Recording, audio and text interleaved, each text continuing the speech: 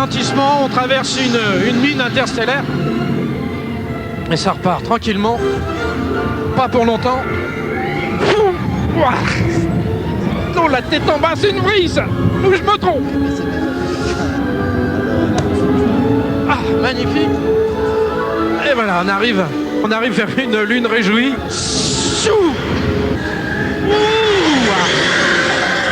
Rapide mais efficace.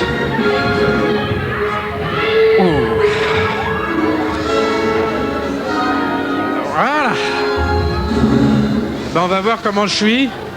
Parce que j'en ai fait quelques-unes des attractions. Je crois que je les ai toutes faites. Ici chez Disney, mais aussi dans toutes les foires du trône de la Terre. Et c'est vrai que c'est la première fois que je me sens un peu les jambes en coton. Et Dieu sait que j'en ai fait beaucoup. Je vais vous raconter, je sais pas ce que j'ai dit à l'intérieur, mais ça va très très vite. Et on a vraiment cette impression de se promener dans l'espace. Allez, maintenant je vais enfin pouvoir aller prendre un petit déjeuner, parce qu'avant il n'en était pas question. Ça vaut le coup, hein, venez-y. Hein. Et en fait, je vais peut-être pas aller prendre mon petit déjeuner. Hein. Non, mais vous n'avez dit d'abord que des choses correctes. Oui. Et puis quand vous sortez de là, vous faites comme James Bond. Vous savez, après une bagarre, c'est impeccable. Oui. Impeccable. Ah oui, moi c'est comme ça. Hein.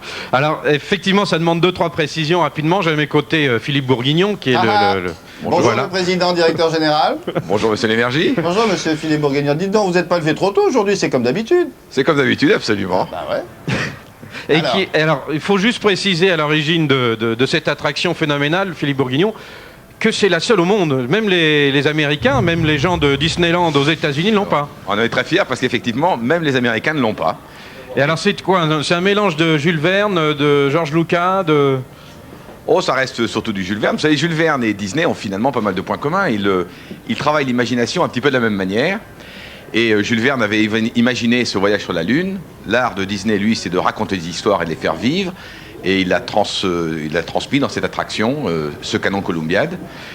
Et c'est vrai, c'est ce que je disais au départ, mais j'étais un peu pris de court très rapidement, c'est qu'il avait prévu, Jules Verne, que ce départ s'effectue d'une base en Floride, d'une petite base en Floride, qui serait aujourd'hui... Cap Canaveral. Cap Canaveral, pour dire le visionnaire qui était Jules Verne. Et donc ce qu'on entend régulièrement, c'est qu'effectivement, vous le voyez derrière nous, je pense, voilà.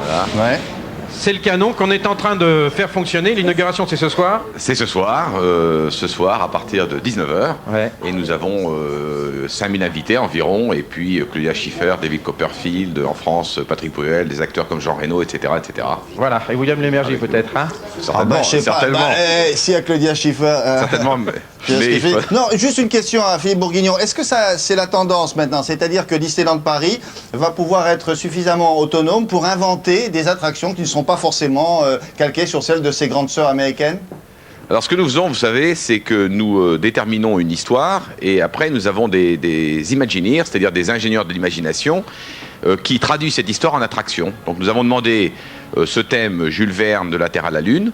Et ces Imagineers ont traduit en créant cette attraction qui effectivement est une innovation par rapport à tout ce qui s'est fait jusqu'à aujourd'hui dans les parcs Disney, à la fois au niveau du design lui-même, c'est-à-dire de la conception d'attraction, mais également sur un plan technologique, puisque c'est la première montagne russe qui circule dans le noir, tout d'abord, avec des accélérations les plus incroyables, puisque vous passez en haut du canon, en 1,2 seconde et à 1,3 G lorsque vous passez au sommet du canon avant de rentrer dans l'espace. Ah, c'est donc ça le coup de pied dans le derrière que j'ai senti au départ. Oui, c'est un petit peu ça.